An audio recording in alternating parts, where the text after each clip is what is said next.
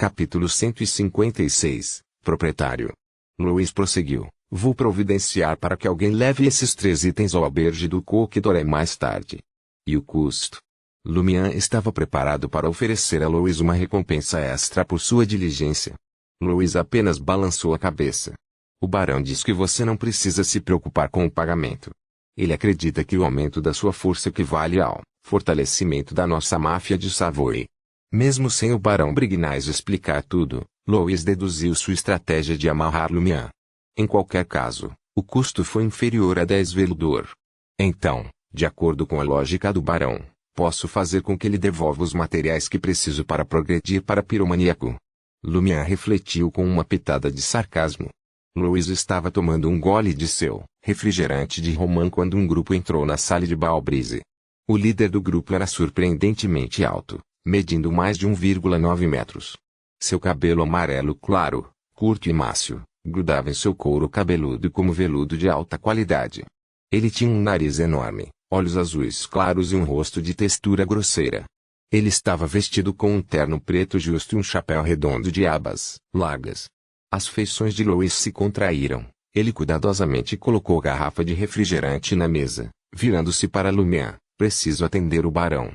Nesse momento, o homem corpulento de 30 e poucos anos conduziu uma equipe que tinha ares de gangsters em direção à escadaria do café. Quem é ele? Lumian questionou, sem conseguir esconder a curiosidade. Louis levantou-se, respondendo, espontaneamente, esse é o gigante Simon, dirige os salões de dança da Rue du Rossignol. Ele também não faz parte do nosso Savoy Mob. Lumian investigou ainda mais. Louis assentiu.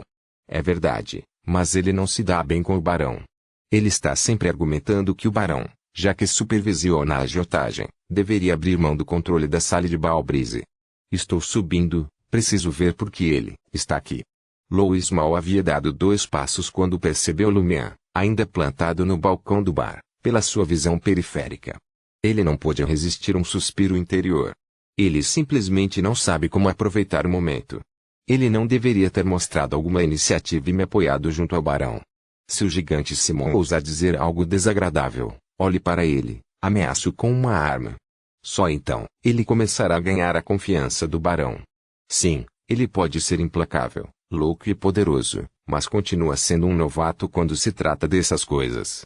Naturalmente, se Lumian realmente quisesse acompanhá-lo até o 2º andar e ajudar o barão Brignais a manter as aparências no café, Louis recusaria. Afinal, o barão e o gigante Simon poderiam estar discutindo assuntos confidenciais relativos à máfia de Savoy. Não era lugar para um novato escutar. Lumian ruminou. Se Savoy Mob parece repleto de conflitos internos. Suponha que haja um confronto entre o barão Brignais e o gigante Simon e um deles caia na poeira. E então o chefe precisa de uma mão forte para acalmar a tempestade e assumir suas posições. Eu não seria o candidato perfeito. Quando essa hora chegar, desde que eu passe nos testes, terei cumprido a missão do Sr. K. Agora o truque é colocar o barão Brignais e o gigante Simon um contra o outro sem levantar suspeitas. Perdido em sua contemplação estratégica, Lumian pediu um copo de absinto. Antes que pudesse saborear o último enigmático elixir de esmeralda, ele avistou o gigante Simon emergindo da escada, com capangas a reboque, uma expressão estrondosa no rosto. Bem, ele não parece satisfeito. Lumian notou, desviando o olhar. Ele não estava com pressa para traduzir seus pensamentos em ação. Ele ainda estava terrivelmente aquém dos meandros da máfia de Savoy. Mais tarde naquela noite, ao retornar ao albergue do Coq d'Or, Madame Feus, sentada na recepção, levantou-se e informou: Monsieur Yves chegou. Ele está esperando por você na sala de jantar do 1º andar, perto da janela. Nada mal. Ele veio bem rápido. Lumian acenou com a cabeça em aprovação, indo até a pequena sala de jantar em frente ao saguão. Monsieur, eu tinha ouvido falar do cabelo excêntrico, mas estiloso, disse Elle. Ao vê-lo entrar na sala de jantar, ele se levantou, tudo sorrisos. Monsieur Ciel, por aqui. Ele era um homem à beira dos 50 anos.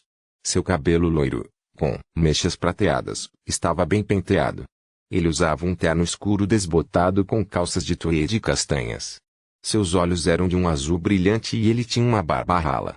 Lumian olhou para a bengala apoiada na mesa de jantar e depois se aproximou com um sorriso agradável brincando em seus lábios.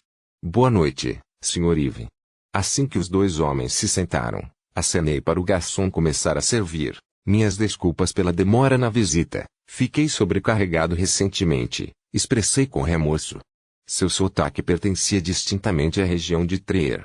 Fingindo ignorância, Lumian questionou: Você possui mais de um motel? Caso contrário, o que manteve tão ocupado? Fiquei surpreso. Ele não previra que Lumian interpretaria literalmente seu comentário educado. Ele gaguejou: alguns, outros casos, mas não estão aqui nem ali. À medida que a conversa fluía, o garçom trouxe o jantar, uma porção para cada um. Sopa de feijão, linguiça de porco, arroz fenapoter e um molho que ocupava um quinto do prato. Este é o molho de carne característico deles, informei, borbulhando de entusiasmo. Isso é tudo? A percepção de Lumian sobre a avareza do proprietário tomou uma nova dimensão. Isso não o preocupava muito, no entanto. Ele comeu arroz fenapoter, coberto com molho levemente canudo, misturado com pimenta e vinagre. Depois de consumir sua refeição por cerca de 1 minuto, Lumian ergueu os olhos e se dirigiu a Monsieur Olive com um sorriso irônico, com suas tendências de economizar, porque fornecer enxofre a cada quarto. Ele evitou propositalmente o termo mais suave, frugal, seu tom saturado de sarcasmo. O rosto de Monsieur Olive ficou nublado, evidentemente descontente. Ele manteve suas emoções sob controle, forçando um sorriso tenso. O motel está cheio de percevejos. Ninguém ficaria aqui sem o enxofre que fornecemos. Realmente. Contanto que o preço seja baixo o suficiente, aqueles que estão com falta de dinheiro não vão se preocupar com alguns percevejos. Lumian casualmente cortou um pedaço de salsicha, dando uma mordida. Depois de refletir um pouco, ele sugeriu: por que não contratar alguns faxineiros regulares para a limpeza diária? Isso poderia efetivamente reduzir os percevejos.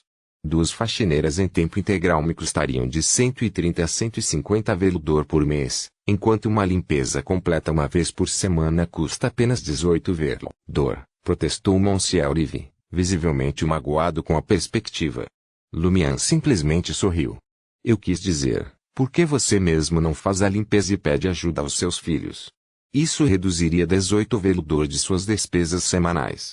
Monsieur Olive pareceu refletir sobre a proposta, parecendo ver o mérito dela. No entanto, após uma pausa reflexiva, ele suspirou e disse: infelizmente, estamos ocupados com outras coisas. Fazendo o quê? Lumian não pressionou por uma resposta. Ele já havia estabelecido que Yves era nada menos que um pão duro. Monsieur Olive estudou Lumian, hesitando antes de dizer: eu costumava entregar a Margot 20 veludo semanalmente. Qual dia você prefere? Lumian zombou. Não há necessidade de entregá-lo para mim. Invista em uma limpeza completa adicional a cada semana. Monsieur Olive ficou um tanto surpreso, mas não levantou objeções. Afinal, o serviço de limpeza custava apenas 18 veludo e, se contratado 2 vezes por semana, ele poderia pechinchar por um preço melhor. Depois de terminar o prato, Lumian perguntou: você sabe o que aconteceu com o inquilino do 504? Ele estava falando do homem que havia colado o retrato de Susana Matisse no quarto de Charlie, um rosto frequente na Rue de la Muraille, na Rue de Brede e na Rue du Rossignol, que desde então havia se mudado. Lumian havia procurado essa informação com Madame Fels anteriormente, mas ela não ofereceu nenhuma ideia. Para ela, seu interesse pelos inquilinos cessava assim que eles pagavam o aluguel e não prejudicava nada. Monsieur Olive pareceu surpreso, olhando para as sobras em seu prato antes de responder: não tenho certeza de quem você quer dizer. Não costumo visitar o motel. Não sei quem ocupa quais quartos. Essa resposta cheira culpa. As sobrancelhas de Lumian se contraíram levemente, mas ele não insistiu no assunto. Ele observou Monsieur Olive arrumar seu prato, sem deixar nenhum pedaço de arroz ou molho para trás.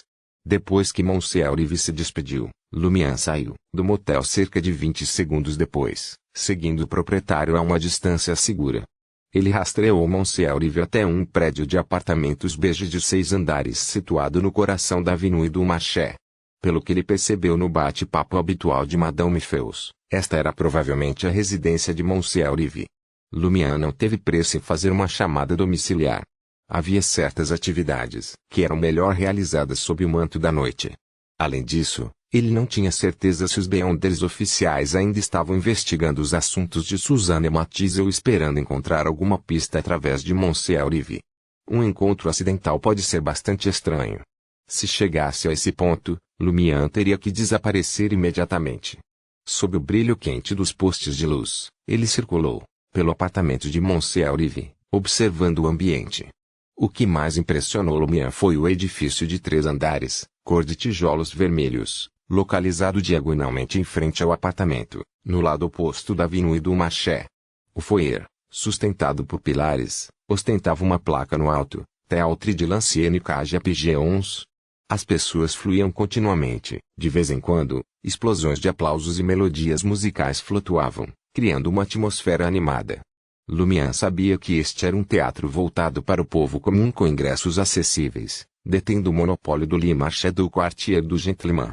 Um local ideal para fugir da perseguição. Lumian se lembrou de incidentes relacionados ao teatro em vários romances.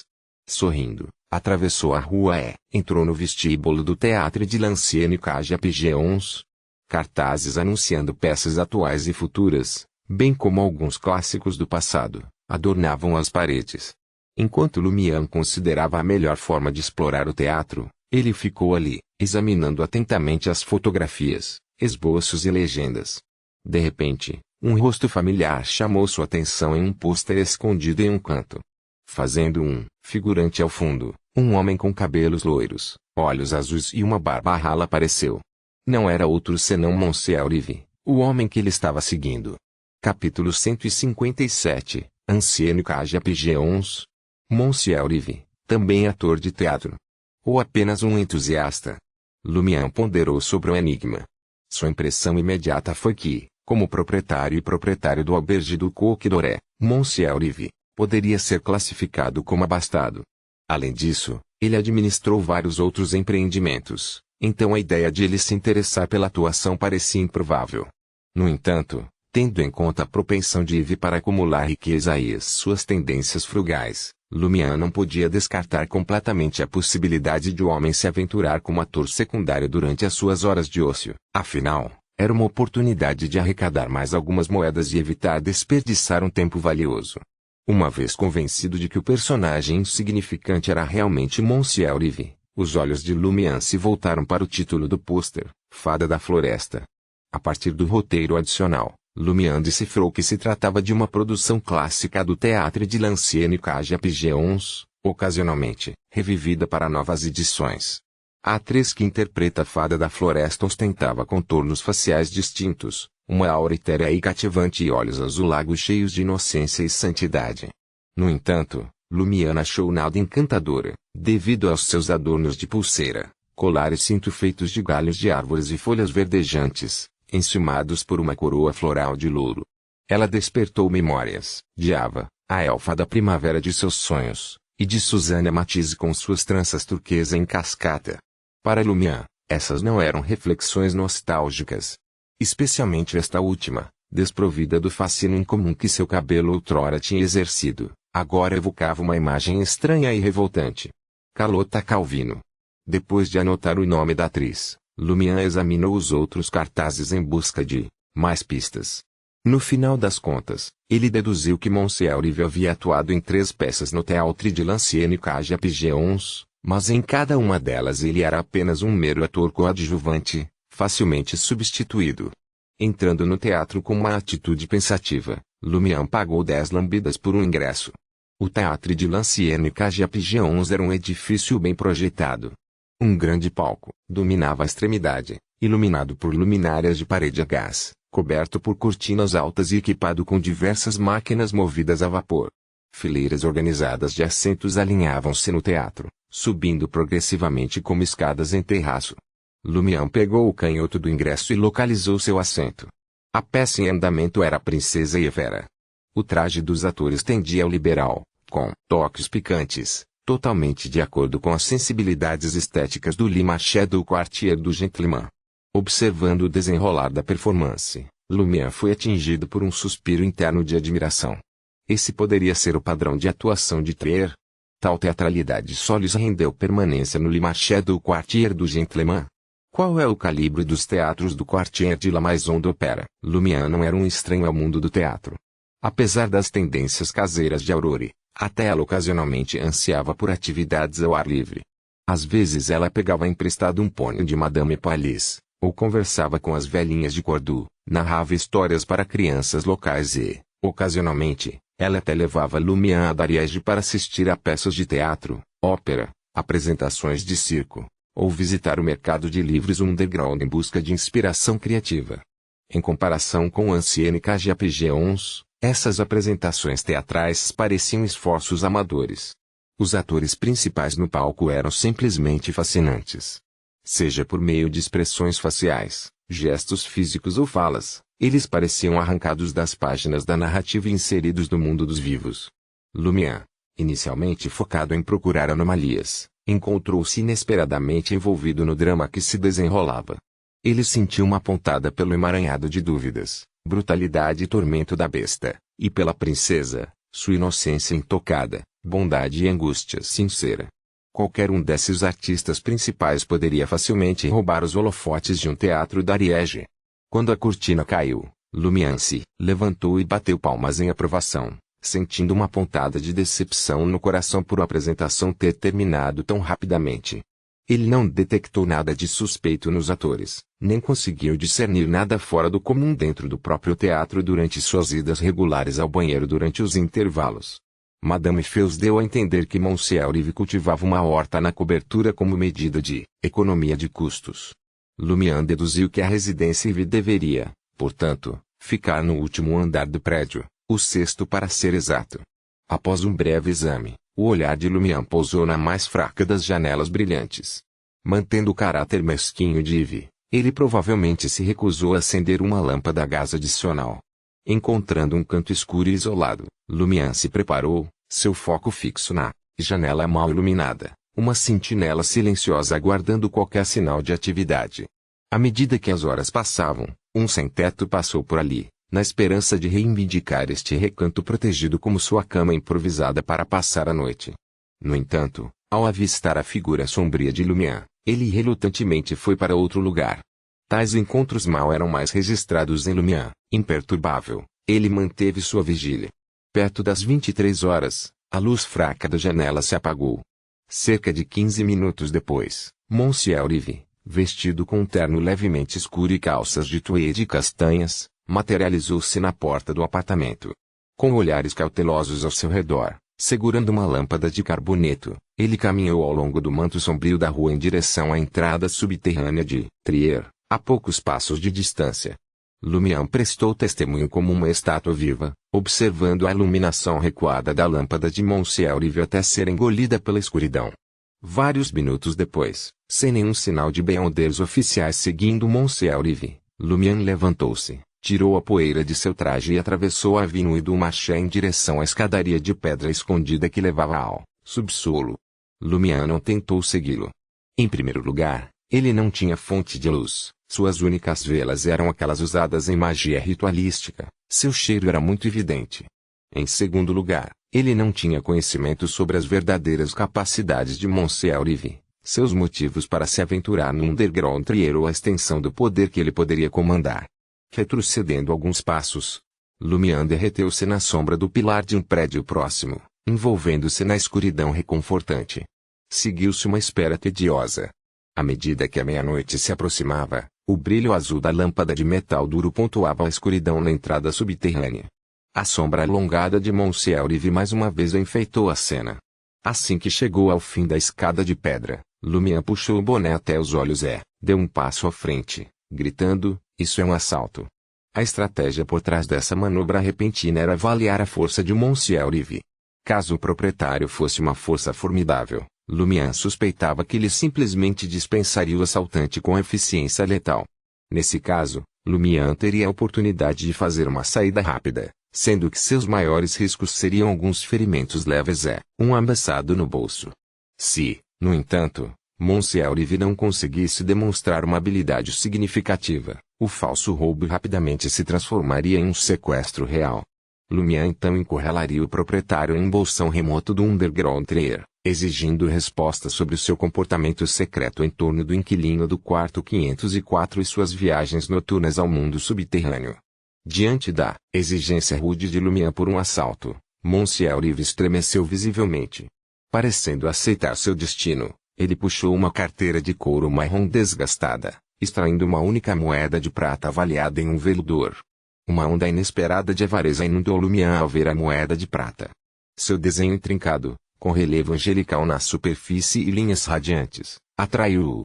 Quase contra sua vontade, encontrou a mão direita estendida para arrancar a moeda de Monsieur Rive. Com um giro rápido, ele girou sobre os calcanhares e saiu correndo, fazendo o papel de ladrão com perfeição. Após 5 ou 6 passos de fuga, um pensamento incômodo começou a incomodar Lumière. Que tipo de ladrão fugiria depois de roubar uma moeda solitária de um veludor? E por que eu peguei a moeda? Os sentidos de Lumière reacenderam-se abruptamente. Canalizando a agilidade de dançarino, ele girou vigorosamente seu corpo e derrapou até parar. Ele notou que Monsieur Rive também estava fugindo. O proprietário do Auberge du Coq d'Or atravessou a Avenue du Marché e foi direto para o Théâtre de l'Ancienne Cage à Pigeons. Lumière, originalmente se preparando para persegui-lo, diminuiu abruptamente o ritmo. Monsieur Rive, agora vítima de roubo, não pretendia o santuário de sua casa nem a ajuda das autoridades no movimentado distrito comercial. Em vez disso, optou pelo teatro, situado num ângulo da sua residência. Será que ele percebeu ali um guarda mais eficaz? A testa de Lumière franziu-se em contemplação. Então, num piscar de olhos, ele se virou e retomou seu papel de falso ladrão. Ele estava ambicioso, para que Monsieur Rive pudesse reunir uma força capaz de recuperar sua moeda de prata roubada. Dada a infame avareza de Monsieur Rive, tal resposta estava dentro do reino das possibilidades. Embora Lumière não estivesse particularmente preocupado em perder um único veludor, ser pego sem dúvida desmascararia sua identidade. Saindo da Avenue du Marché, ele jogou a moeda de prata com indiferença para um vagabundo indigente que cochilava na beira da rua. Ao ver o anel metálico, os olhos do homem se abriram e pousaram na peça brilhante aninhada sob a luz da lâmpada próxima. De volta à Rue Anachi, Lumière tirou o boné e o casaco, colocando-os debaixo do braço enquanto retomava seu passo vagaroso. O teste confirmou suas suspeitas. Monsieur Rive não era um homem comum. Ele possuía habilidades, Beyonder, embora aparentemente mal equipado para o combate. Ele decidiu presentear uma moeda de prata a um aparente ladrão e retirar-se. Este pequeno episódio me encheu de um desejo repentino e avassalador por aquela moeda de prata. Um desejo tão intenso que quase abandonei minhas verdadeiras intenções, quase sucumbindo à loucura. Lumière refletiu sobre o estranho encontro. Foi uma sensação que ele reconheceu. Ele havia experimentado algo semelhante ao enfrentar Susana Matisse. Um encheu de medo paralisante, o outro despojou do pensamento racional, substituindo-o por ódio puro. As semelhanças das manifestações dessas habilidades. Poderia Monsieur Rive estar ligado a Susana Matisse? Que destino poderia ter acontecido ao inquilino do quarto 504?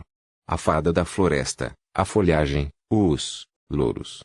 O Théâtre de l'Ancienne Cage à Pigeons também tem ligações com Susana Matisse.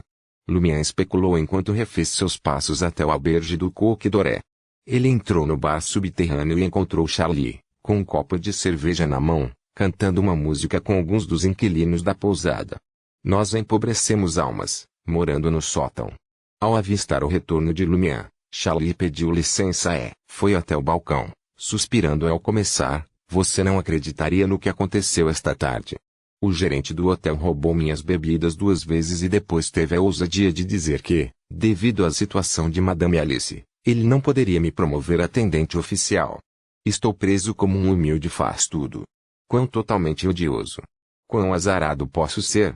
De repente, Charlie ficou em silêncio, murmurando para si mesmo, azar, azar.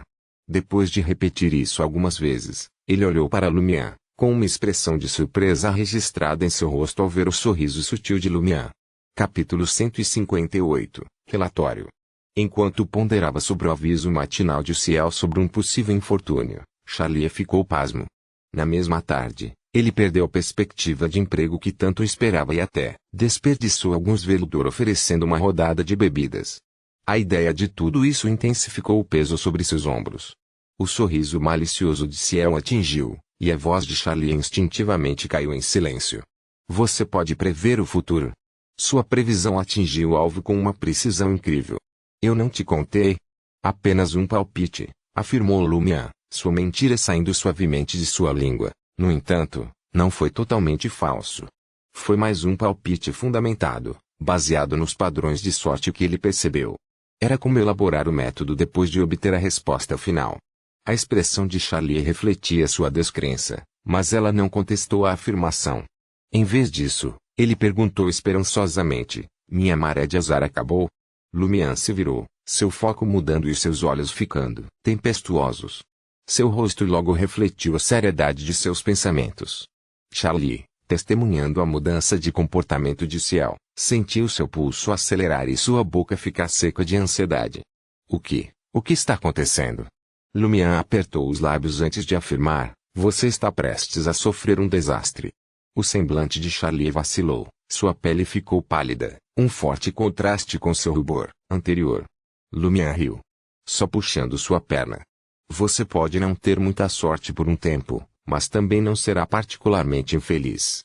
Sugeria que, mesmo que o problema com Susana Matisse não tivesse sido totalmente resolvido, não aumentaria tão cedo. Charlie não conseguiu entender as palavras de Lumian. Realmente, é uma história complicada.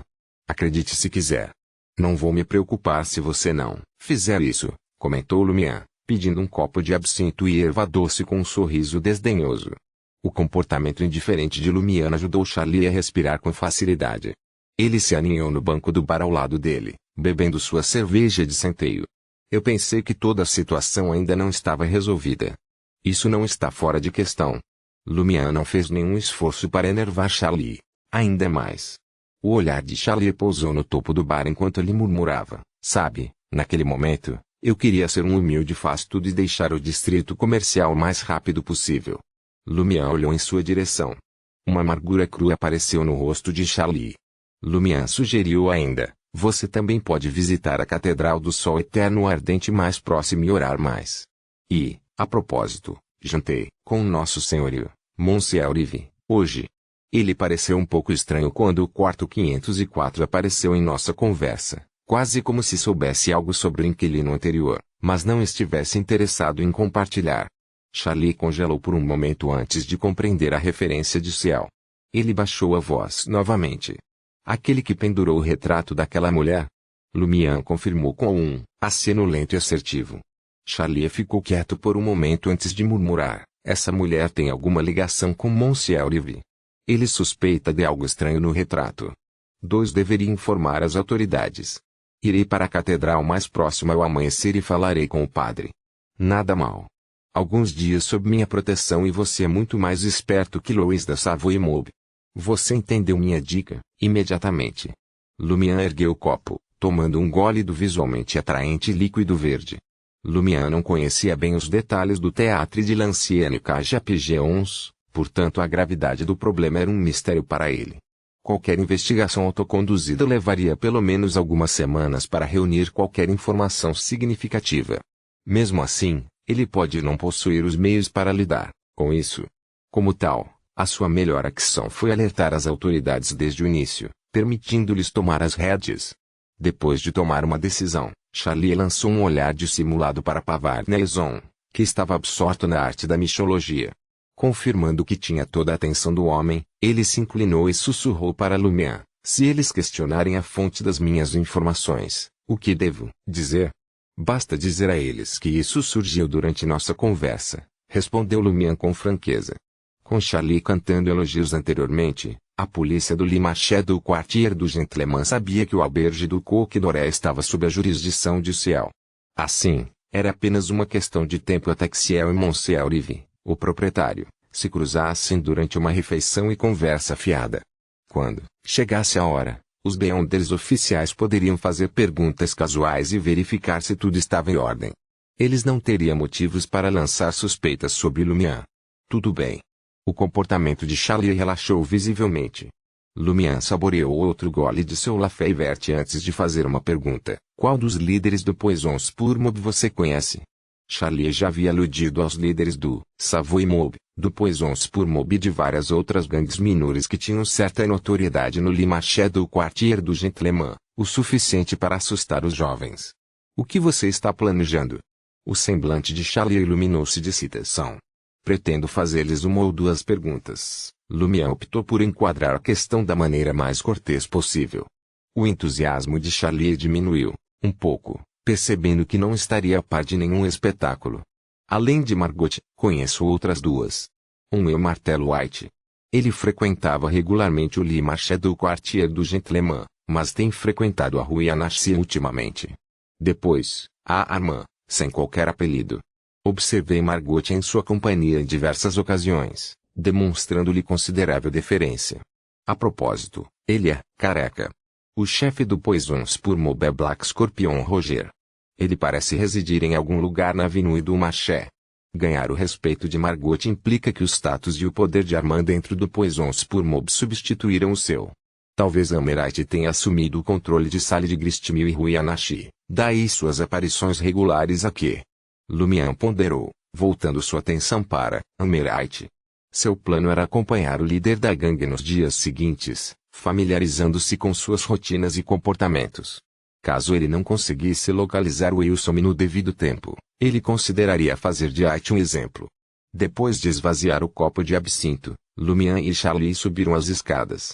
Ao chegar à sala 207, Lumière notou uma caixa de madeira, adornada com o emblema pintado de preto da máfia de Savoy, uma bala e um punhal, colocada perto da entrada.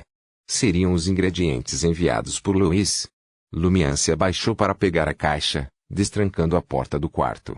Quando ele abriu a tampa, o fedor fétido de excrementos de pássaros subiu de uma pedra escura, acompanhado de um par de globos oculares, injetados de sangue e assustadores, e um saco de veneno, firmemente encerrado dentro de uma jarra de vidro.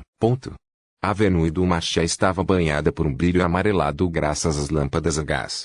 Yves, o proprietário do albergue do Coq d'Or, estava guiando alguém em direção a um vagabundo, que dormia profundamente com os olhos bem fechados. Aqui está minha moeda de prata. Ele pronunciou. A pessoa atrás dele lançou um olhar cético para o vagabundo adormecido e perguntou: ele roubou você? Absolutamente, não, respondi com firme convicção. As diferenças de altura, físico e até de roupa são muito significativas. Um ladrão que joga itens roubados para um vagabundo. Esta situação é inegavelmente peculiar. A figura, oscilando à beira do brilho da lâmpada, assentiu quase imperceptivelmente. Devemos permanecer vigilantes, preparados para complicações imprevistas ou potenciais investigações. Eu, simplesmente grunhei sua concordância, resmungando baixinho. Se ele não tivesse jogado minha moeda de prata para esse vagabundo, poderíamos tê-lo rastreado diretamente. Ele possui a capacidade única de sentir a localização de seus pertences, mas apenas por um tempo limitado. Na manhã seguinte, Lumière encontrou-se escondido no albergue do Coq d'Or, absorto no Grimório de Aurore. Ele precisava ficar de olho em Amherst e seus companheiros, o que significava alterar sua rotina de estudos para amanhã. Esses gangsters só apareciam à tarde e suas aventuras noturnas terminavam nas primeiras horas da manhã. Charlie havia partido de madrugada para a Catedral do Sol Eterno Ardente mais próxima. Ao retornar, seu comportamento calmo foi sublinhado por um sorriso radiante. Ele parecia ter encontrado uma fonte de consolo e recebido validação. Quando o relógio se aproximava do meio-dia, Lumière guardou seu grimório e caminhou até a Avenue du Marché.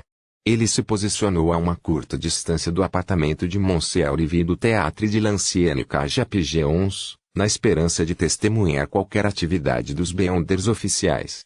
As ruas estavam movimentadas como sempre, as lojas, cheias de atividade e as carruagens entrando e saindo.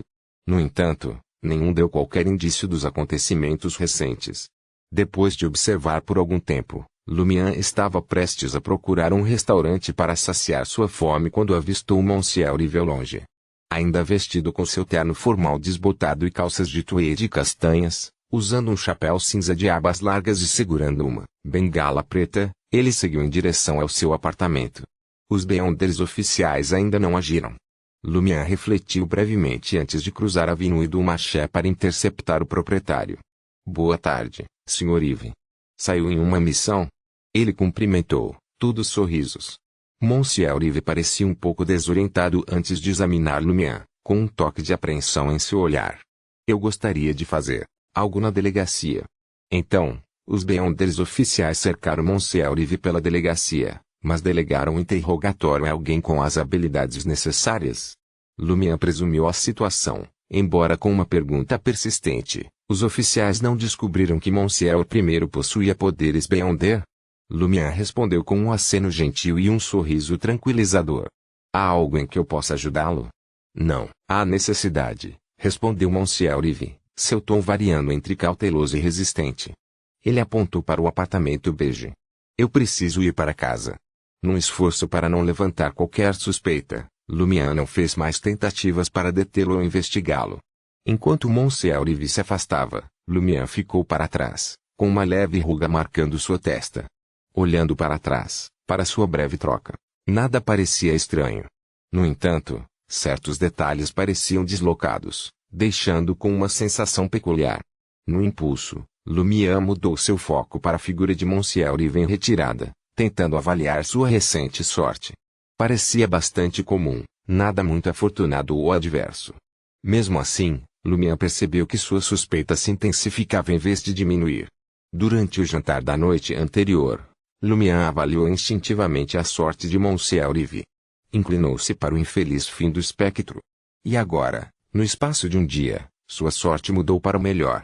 O que poderia ter acontecido? Perdido em pensamentos, Lumière caminhou pela Avenue du Marché, com as mãos enfiadas nos bolsos com indiferença.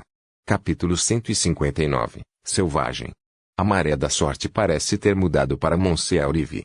Sua maneira de lidar com o roubo na noite anterior deve ter revelado seu segredo, especialmente diante de um Beyonder disfarçado de policial. Eles farejaram algo errado e prepararam uma armadilha em antecipação? As engrenagens na cabeça de Lumière zumbiam cada vez mais rápido, e sua suspeita crescente sugeria que sua tentativa de roubo contra Monsieur Rive havia alertado o homem e seus benfeitores invisíveis. Ainda assim, ele não conseguiu verificar nenhuma peculiaridade em relação ao proprietário sem tentar alguma investigação. Percebendo que os olhos da figura do Théâtre de l'Ancienne Cage Pigeons poderiam estar sobre ele, Lumière abandonou a ideia de fazer uma visita a Monsieur Rive, saindo apressadamente da Avenue du Marché. Uma urgência o dominou para executar o feitiço da profecia, a fim de desvendar alguns dos mistérios que o atormentavam. Dentro dos limites do Quartier de l'Observatoire, perto do cemitério subterrâneo, aquecido por uma fogueira bruxuleante, Lumière avistou a postura peculiar de Ostatru. Você conseguiu adquirir os itens que eu pedi? Osta respondeu com um sorriso genuíno, de fato. As entranhas de um lince, a língua de uma hiena, a medula de um veado e um pouco de memendro cinzento. Tudo equivale a 5 veludor. Incluindo a recompensa que você prometeu, chega a 20 veludor. De acordo com o acordo, Lumière deveria entregar-lhe 5 veludor extras para cada item. Mas, percebendo que o valor dos itens era de apenas 5 veludor, a consciência de Osta não lhe permitiu cobrar o preço total, daí o desconto. Lumière não se importou. O arranjo economizou muito tempo para ele. Naturalmente, ele não pressionou para pagar mais, entregando a Osta uma soma em notas no valor de 20 veludor. Os 4 itens estavam contidos em vidros modestos ou em pequenas caixas de madeira e sacos de pano. Lumière os inspecionou individualmente antes de colocá-los no bolso. Seu olhar mais uma vez caiu sobre Ostatru. Alguma informação adicional sobre o monstro aquático, Osta sentiu. De fato, sua expressão trazia um apelo por afirmação. No meu esforço para reunir mais informações sobre os monstros aquáticos, eu mesmo me aventurei no rio subterrâneo. Lamentavelmente, o terreno era traiçoeiro e acabei caindo. Ele puxou a manga, revelando as marcas distintas de sua combinação no antebraço. Então é por isso que sua postura parecia errada. Se eu não tivesse pedido a Osta para reunir informações sobre o monstro aquático, ele teria evitado o ferimento. No entanto, só o alistei depois de prever um acidente iminente. O que poderia ter acontecido se eu tivesse rescindido? Uma sensação de inevitabilidade envolveu Lumière. Ele também foi um peão no jogo do destino, suas ações e vontade incorporadas na sorte que ele sentiu. Lumière restringiu sua reflexão respondeu com uma leve risada. Eu aconselhei você a ser cauteloso. A lembrança do aviso de Ciel para os próximos dias de repente veio à mente. Isso se manifestou tão rapidamente. Sua habilidade de adivinhação é realmente tão potente? Em meio ao seu espanto, Osta perguntou, você adivinhou que eu ficaria ferido nos próximos 2 dias? A qual sequência Ciel pertence? Ele não apenas parece experiente em combate, mas suas habilidades de adivinhação são impressionantes. Um sorriso apareceu nos cantos da boca de Lumian. Não é adivinhação. Ele conteve mais explicações, deixando Osta com suas próprias conjecturas. Parecendo entender a dica, Osta não pressionou mais. Em vez disso, ele mudou a conversa de volta para o monstro aquático. Consegui juntar as peças dos sussurros conjecturas, e parece que existem 3 tipos de monstros aquáticos no rio subterrâneo. O primeiro parece ser um cadáver afogado, inchado e assustadoramente pálido. O segundo lembra um peixe grotescamente mutante, quase tão alto quanto um homem, coberto de escamas robustas que parecem imunes a danos. O terceiro tem uma estranha semelhança com fios de cabelo preto flutuando sobre a água, apenas para de repente estender a mão e enredar as almas incautas nas margens, arrastando-as para baixo. Esses monstros aquáticos, no entanto, não são particularmente formidáveis. A maioria de seus ataques a humanos termina em fracasso, o que explica a abundância de histórias e rumores. Eles são muito esquivos. Às vezes vistos 2 ou 3 vezes por mês, às vezes desaparecem completamente. Eu mesmo me aventurei lá ontem à noite, mas, além do meu infeliz deslize, não encontrei nenhum vestígio deles. Lumian zombou disso, dizendo, com o seu nível de habilidade em combate, eu não apostaria no seu retorno se você topasse com um deles. Osta apenas esboçou um sorriso tímido em resposta, não se dignando a refutar o comentário. A única razão pela qual ele se atreveu a se aventurar lá foi devido à suposta fraqueza dos monstros aquáticos e à sua própria adivinhação. A testa de Lumian franziu-se em contemplação. Dado o histórico dos monstros aquáticos, qualquer equipe Beyonder das 2 igrejas ou do Boreal 8 poderia erradicá-los sem esforço. Então, por que eles ainda eram predominantes? Se o rio subterrâneo escondesse um perigo maior, qualquer pobre alma que encontrasse o monstro aquático não teria chance de escapar. Enquanto esses pensamentos giravam em sua mente, Lumian pegou os materiais que Ostatru havia fornecido e os escondeu cuidadosamente entre um par de pedras próximas. Ele foi cauteloso, pensando que se ele se envolvesse em uma batalha acirrada com a criatura aquática no futuro, esses itens delicados poderiam ser danificados. Depois disso, Lumian entregou ao Osta uma nota de 5 veludor, isto é para seus insights sobre os monstros aquáticos. Lumian pegou sua lâmpada de carboneto e, seguindo as instruções de Osta e as placas do túnel, iniciou sua jornada em direção ao rio subterrâneo. Alguns momentos de hesitação depois, Osta levantou-se rapidamente, pegando sua própria lâmpada de carboneto e seguindo Lumian apressadamente. Ao ouvir os passos rápidos, Lumian se virou, seu olhar perplexo pousou em Osta.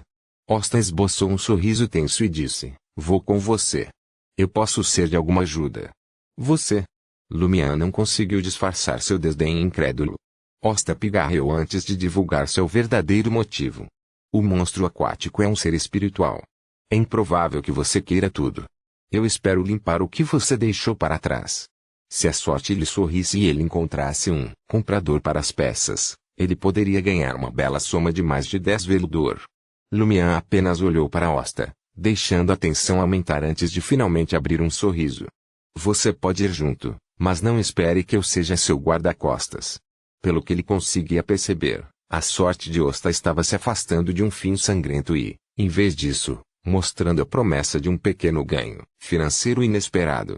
Essencialmente, se Osta se juntou a ele nessa expedição fluvial subterrânea, isso implicava que a caça poderia ser relativamente segura e potencialmente lucrativa. É claro que Lumian não tinha certeza absoluta de que sua decisão não influenciaria a sorte de Osta. Sem problemas. Osta respondeu, desprovido de apreensão. Em sua mente, ele estaria apenas seguindo Ciel à distância. Se por acaso encontrassem um monstro aquático, eles simplesmente manteriam um espaço mais amplo.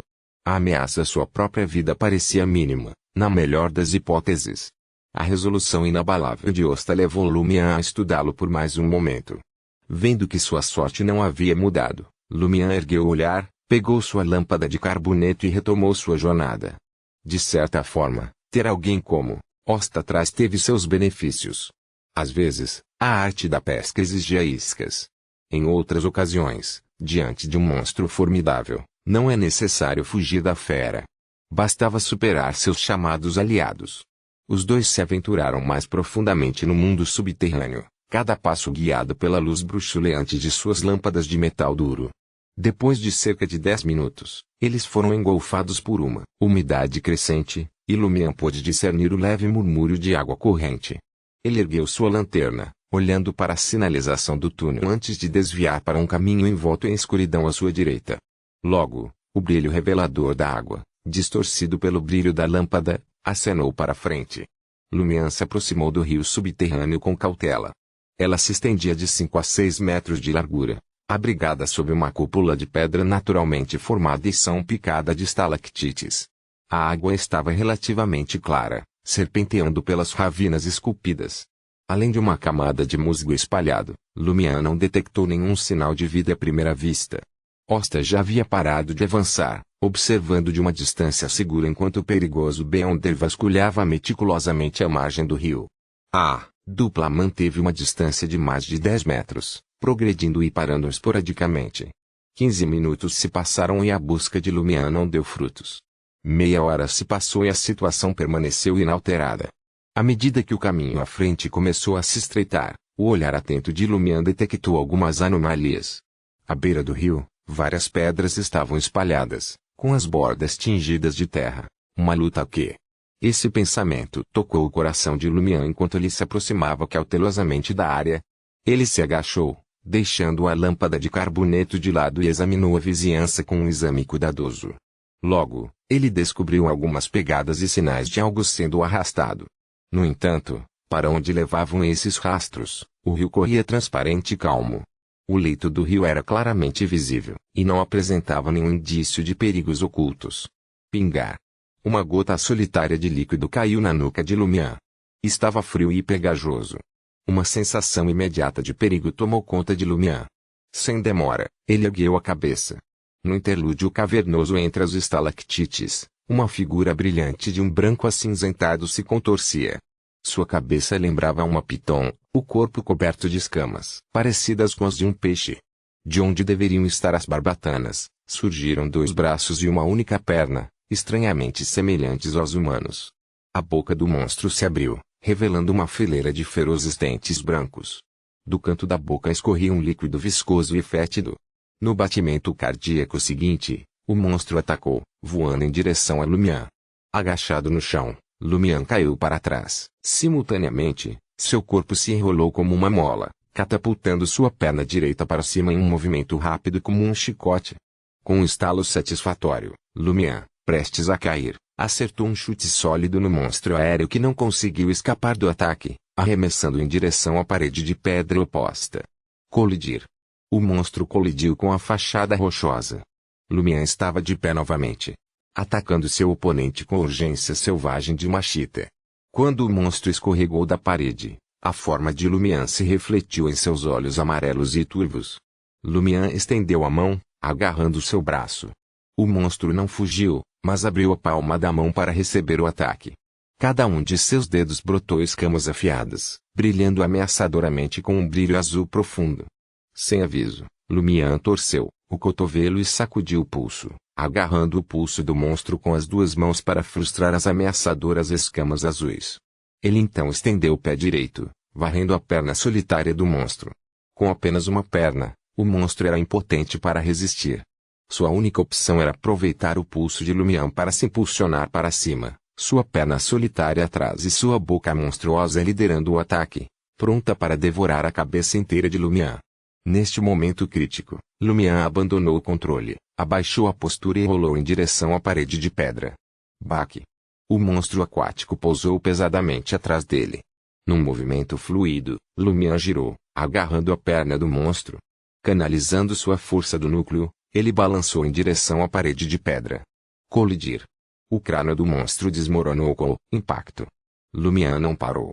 Ele manteve seu impulso oscilante, batendo o monstro contra o pilar, a parede e o chão, com sangue vermelho escuro e fluido amarelo pálido respingando por toda parte. Em meio aos sons de batidas, crateras se formaram na parede de pedra e o crânio do monstro começou a se fragmentar, o conteúdo se espalhando em uma horrível maré vermelha. A mais de 10 metros de distância, Ostatru ficou boquiaberto, totalmente hipnotizado pelo espetáculo violento. Que selvagem! Incrível! Baque! Lumian deixou cair sem cerimônia o monstro aquático mutilado e sem vida no chão.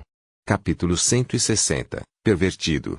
Ostatru nunca questionou a competência de Ciel em enfrentar o monstro aquático, mas a eficiência implacável com que ele o despachou pegou desprevenido. Foi como testemunhar um adulto dando um soco em uma criança. Uma pergunta persistente veio à tona nos pensamentos de Osta. A que caminho e sequência Ciel poderia pertencer? Por que ele poderia entrar em combate e parecer exercer capacidades proféticas formidáveis? Dentro de uma região salpicada de símbolos carmesim escuro e dourado fosco, Lumian se agachou, brandindo sua adaga prateada cerimonial.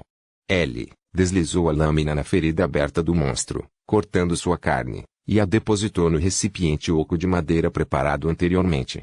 Assim que 2 recipientes estavam cheios de carne e escamas do monstro, lançando um brilho cerúleo fraco, ele destampou um frasco metálico e começou a coletar o sangue do monstro que borbulhava incessantemente. Testemunhando isso, Osta metodicamente fechou a distância entre ele e o monstro derrotado, permanecendo por perto. Em pouco tempo, Lumian levantou-se, girou e refez seus passos. Lutando, Osta agachou-se apressadamente e começou a acumular sangue, escamas e o que ele acreditava serem órgãos espiritualmente ricos. Seu olhar frequentemente se voltava para Lumian, que aumentava cada vez mais a distância, sem mostrar sinais de parar para Osta. Uma sensação de desconforto começou a tomar conta de Osta. Afinal, Ciel havia despachado o monstro aquático com uma facilidade assustadora. Dado seu desempenho anterior, Osta temia que o Ciel também pudesse eliminá-lo sem muito esforço.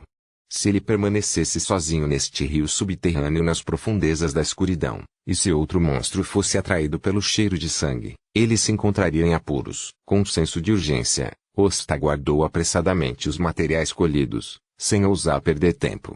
Lutando contra a tentação de salvar mais restos mortais do monstro, ele deixou uns bons 90% para trás e correu atrás de Lumian. À medida que suas lâmpadas de carboneto piscavam no final do túnel, a escuridão tomava conta da área, exceto pelo sussurro perpétuo da água.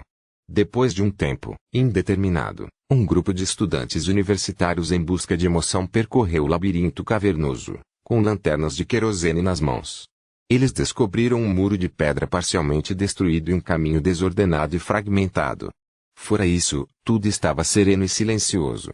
Nenhum vestígio do monstro aquático ou manchas de sangue foram encontrados. Ponto. Depois de dar adeus a Ostatru, Lumian encontrou um assento em uma carruagem pública com destino ao Limaché do Quartier do Gentleman. Recuperando o restante de seus ingredientes no quarto 207 da Auberge do Coq d'Oré, ele agarrou sua lâmpada de carboneto e mergulhou mais uma vez no reino subterrâneo. À medida que Lumian descia do chão, imitando o mundo da superfície, seu ritmo diminuiu. Sob o brilho da lâmpada de carboneto, ele notou pegadas frescas e evidentes marcando o caminho ligeiramente úmido. Pegadas pesadas. Lumian as estudou por um momento, expressando sua perplexidade. Pela aparência dessas impressões, ele concluiu que o transeunte devia pesar mais de 100 quilos ou carregava algo pesado nos ombros. Quem poderia ser? Uma contrabandista do submundo. Lumian tinha suas suspeitas, mas não pretendia segui-los. O labirinto subterrâneo de Trier estava lotado de gente. Ficar obcecado com cada pegada só o deixaria exausto. Além disso, a outra parte não brigou com ele. Desde que eles não interferissem em seu próximo ritual mágico, ele não se preocuparia, mesmo que estivesse pronto para garantir o silêncio deles. Girando o botão da lâmpada, Lumian moderou a reação entre o carboneto e a água, diminuindo assim a intensidade da chama e lançando menos luz. Ele estava preocupado que o criador das pegadas estivesse próximo e pudesse detectar a luz brilhante se aproximando por trás. Continuando sua jornada, Lumian parou de repente, contraindo o nariz. Ele detectou um aroma familiar.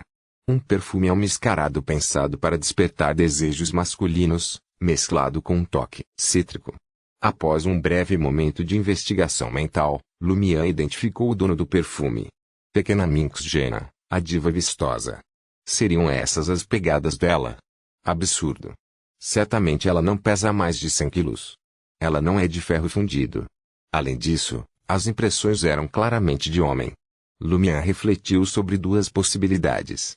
Ou Jenna é perita em esconder seus rastros, sem deixar marcas correspondentes, ou ela foi içada por um homem. É bastante comum que dois indivíduos juntos excedam 100 quilos. A julgar pelas pegadas, o homem tem entre 1,65 e 1,7 metros de altura. Seu andar parece um pouco peculiar. Enquanto Lumière refletia sobre isso, sua testa franziu. Aguçado pela curiosidade, ele resolveu seguir a trilha e verificar em que situação Jenna havia se deparado, ou melhor, que esquema ela estava tramando. Era crucial notar que esta diva vistosa era suspeita de ser amante de Franca. Seu envolvimento pode revelar um segredo clandestino da máfia de Savoy. Isso poderia potencialmente fornecer a Lumière, que buscava alturas mais elevadas, uma oportunidade. Reduzindo ainda mais a intensidade da lâmpada de carboneto, ele esperava que, uma vez desligada, a chama se apagasse imediatamente. Mantendo-se nas sombras do túnel, ele rastreou as pegadas, medindo vigilantemente a distância. Se algo desse errado, ele estava pronto para apagar a luz. À medida que as pegadas pareciam cada vez mais recentes, como se tivessem sido feitas há apenas alguns momentos, ele apagou a lâmpada de carboneto e aventurou-se a avançar na escuridão, confiando no caminho memorizado. Antes que ele percebesse, Lumière havia alcançado uma divergência no caminho, uma leve luz azul emanando da extremidade da parede de pedra ao seu lado esquerdo. Calçando as luvas pretas, Lumière se aproximou, um espectro nas sombras. A luz azul irradiava de uma pequena caverna situada no final da parede de pedra. Posicionado contra a pedra, Lumière se aninhou no abraço da sombra, esticando levemente o pescoço, para vislumbrar o que havia dentro dela. No coração da caverna, uma lâmpada de metal duro bastante primitiva e preta ficava em uma extensão relativamente plana. Perto dali, uma bolsa espaçosa de tecido branco acinzentado inchava, aparentemente em sua capacidade total. Um homem apareceu ao lado da bolsa, adornado com um boné azul, um terno de tweed marrom comum que se veria no Le Marché du Quartier, do gentleman, com uma camisa de linho aparecendo por baixo da jaqueta mais escura. A respiração do homem estava visivelmente difícil. Com quase 1,7 metros de altura, seu perfil lateral revelava um semblante magro e ligeiramente desgastado, seus olhos castanhos brilhando com desejo desmascarado. O olhar de Lumière caiu, registrando a excitação do homem. Ele repreendeu interiormente, impaciente: não, é? Não admira que ele estivesse atrasado. Isso explica a irregularidade nas suas pegadas. Lumière ficou mais convencido de que a bolsa escondia ninguém menos que Jenna, a pequena atrevida. Ela deve ter sido vítima de um sequestrador e estuprador. O homem começou a tirar o boné, jogando-o de lado enquanto sua respiração ofegante ecoava pela caverna. Seu semblante foi exposto diante de Lumière.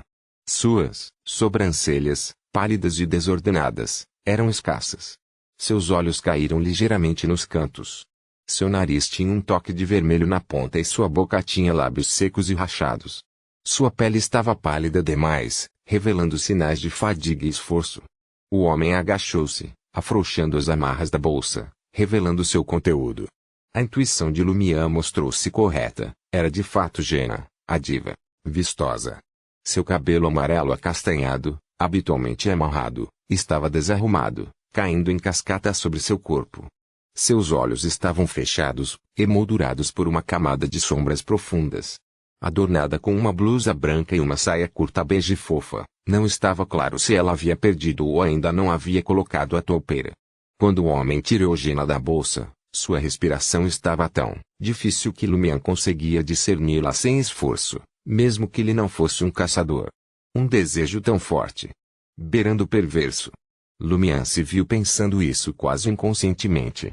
Ao se deparar com tal cenário, ele resolveu ajudar Jenna enquanto estivesse aqui. Se o chefe da máfia de Savoy algum dia considerasse nomear um novo líder, Botas Vermelhas Franca poderia atestar por ele.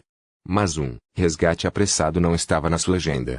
Lumière pretendia observar mais a fundo, verificar se o homem possuía alguma habilidade única que o encorajasse a cruzar com um líder da máfia de Savoy, Botas Vermelhas Franca. Ele atacaria assim que o homem estivesse se despindo, incapacitado pela pressa. Se ao menos eu tivesse uma arma de longo alcance. Isso não seria uma tarefa tão difícil. Lumière soltou um suspiro, pensando em conseguir que a máfia de Savoy lhe fornecesse uma arma de fogo. As mãos do homem foram até o rosto de Jenna, dando-lhe 2 tapinhas de leve. Em seguida, ele retirou uma pequena garrafa de metal, desatarrachando a tampa e levando-a até o nariz de Jenna. Achou. Um espirro acordou Jenna, seus olhos se abrindo. O rosto do homem refletido em seus grandes olhos azuis, provocando alarme. Um desejo instintivo de se levantar tomou conta dela. Mas no momento seguinte, ela registrou a ausência de força em seu corpo, tornando a resistência inútil. Maldito seja, merda de cachorro, o que você pensa que está fazendo? Jenna reuniu força suficiente para cuspir as palavras. Um sorriso torcido se espalhou pelo rosto do homem. Você sabe? Eu vi você cantar inúmeras vezes. Cada vez, o desejo de arrancar suas roupas e fazer com que você se apresente exclusivamente para mim é avassalador.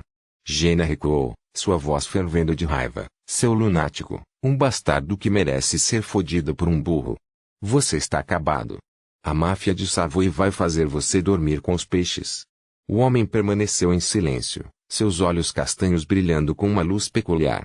As bochechas de Jenna ficaram vermelhas e sua respiração ficou superficial.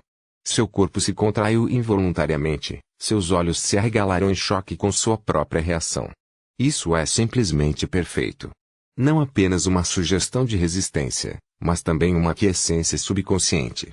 O homem levantou-se, transbordando de expectativa, despindo rapidamente suas roupas, calças e sapatos. Lumière, observando, de seu lugar escondido, sentiu uma súbita onda de alarme.